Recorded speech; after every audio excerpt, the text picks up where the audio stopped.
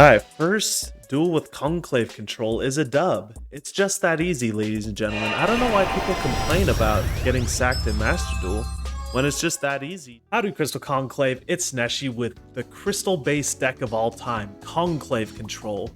So, if you don't know about Conclave control, I actually have a short about it. You can watch this 60-second overview. But this is Conclave control in Master Duel, 0G. Welcome to the Conclave. I can't believe that it's finally here. We get to play with Rainbow Bridge of the Heart, and Awakening, and Crystal Miracle, and Rainbow Bridge of Salvation. These 4 cards change Crystal Beast forever. And if you want to know a more in-depth guide about Crystal Beasts in writing form, don't prefer a video, I actually have an article that I wrote on the Master Duel meta site, and you can go ahead and check that out, read up on all of the cards and what I think about them in depth.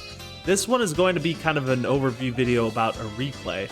So let's go ahead and get into the card by card. We have the Maxi lineup, just the best card in the game. 1 Ruby, because you only need 1, it's the Soul Charge, and you only use it when you're going to go for the OTK. The 1 Cobalt Eagle, because we're playing TC Boo, and it helps to have another name. You want to have 7 names for Conclave control, and this really is just Walmart Pegasus. This is Sapphire Pegasus at home. And then we have the true Sapphire Pegasus, the one that, this is the core of the deck.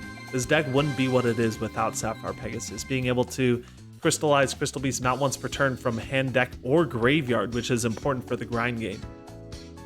And then the rest of our Crystal Beast to Zenith, the boss monster of the deck. Who needs Rainbow Dragon when you can play Zenith? Now, we aren't summoning Rainbow Dragon in this deck, because this deck aims to maximize on consistency. This deck is one of the most consistent Crystal Beast decks you'll ever see at doing what it loves to do best. Starscream, welcome to the Conclave. Now, we do have regular Rainbow Dragon because it's mandatory to add off of Zenith. So whenever Zenith uses its back row effect, you have to add Rainbow Dragon to hand. I'll get to this guy a little bit later when we get to the extra deck, but basically you can put back your banished Zenith back into the deck, get them back into rotation, and keep going for the OTK if you want to later down the road. But, I mean, it's not searchable, so it's not guaranteed that you're going to get to this all the time. And it gets bricky more often than not. When Kashtira Fenrir comes to the game, we're definitely replacing this with Fenrir. But we have Foolish Burial Goods to dump Rainbow Bridge of Salvation, which just searches any field spell and Sapphire Pegasus. One of the most amazing cards in the game. And we have 2 Crystal Bonds, so essentially we have 7 copies of Sapphire Pegasus. 3 Pegasus, 2 Goods, 2 Bond.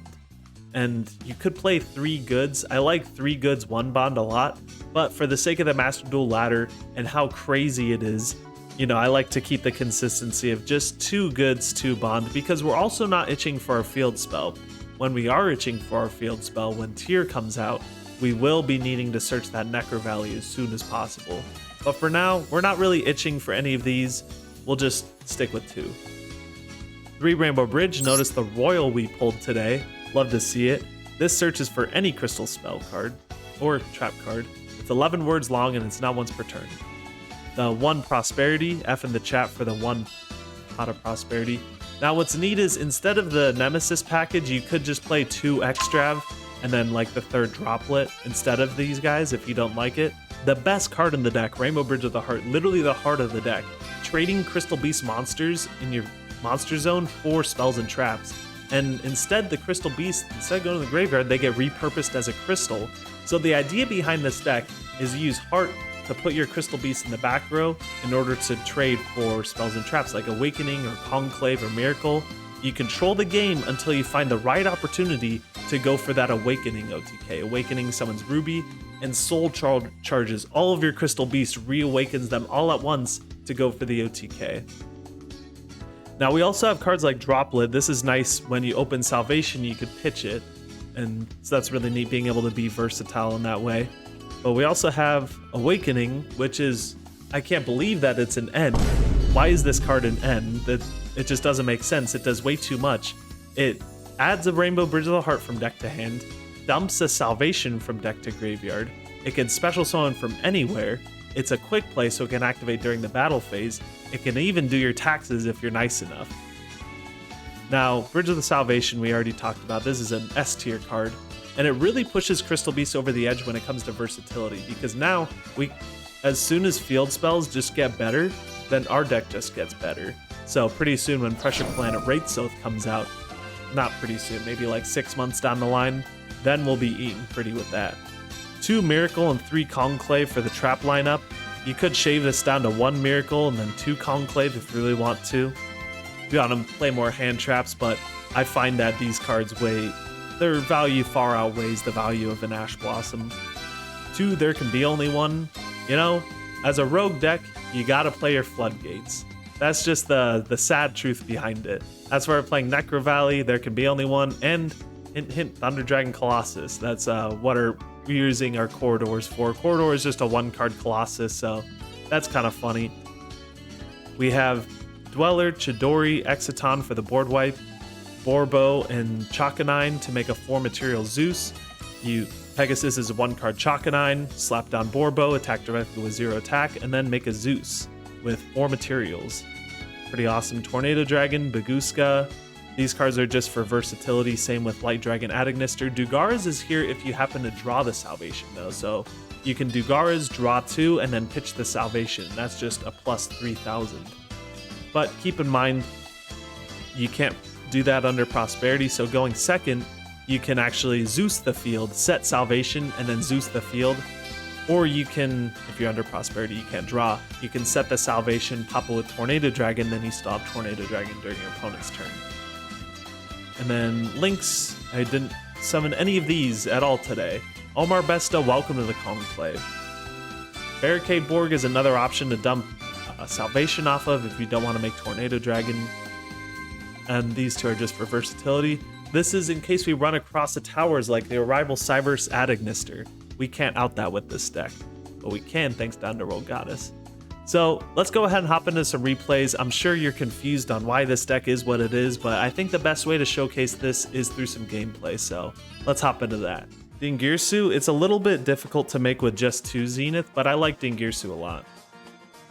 So hopping into this first replay, this is just kind of the best possible end board we can make with this deck, so you know, take this game with a grain of salt. This is more just to showcase the ceiling of what the deck can do turn 1. Goods banish Salvation. Salvation just searches Pegasus and Duel Academy. Get your game on, folks. It's just a +1 for any field spell and your Sapphire Pegasus, which is the whole combo of this deck. Zenith, special summon a Pegasus, add Rainbow Dragon to hand, and then we're going to use this Pegasus effect just as a sick bait on our opponent. Corridor is going to put back our banished Zenith, and then we're going to tribute it to summon Colossus, just for free.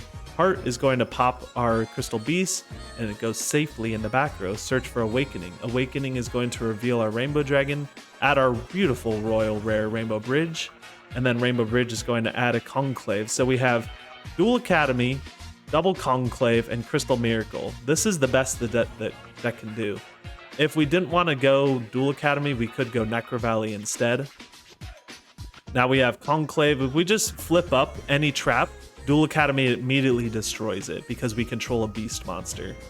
So, I mean, here we just have game. This is a good showcase of what the deck can do turn 3. So it aims to control the game turn 1 and then turn 3 go for the OTK. So with Heart, we can destroy a Crystal Beast monster and then special summon 2 Crystal Beasts from our deck off of both of our Conclaves. Keep in mind, the one that's Chainlink 1 should summon Ruby, because the one that's Chainlink 2, if it summons Ruby or Pegasus, they'll miss timing. So I like to summon Zenith off of that one. And thanks to our Duel Academy, we could boost our Zenith up to 4,000 attack. They're going to Electromagnetic Turtle to end the battle phase. We have the Miracle to negate it. Who needs Rainbow Dragon, folks, when you have Crystal Beast Rainbow Dragon? Zenith is basically Rainbow Dragon here with Duel Academy. And thanks to Colossus, 4,000 attack, you'll love to see it. That one didn't really showcase any kind of back and forth. So if back and forth is what you're starved for, I have the perfect replay for you.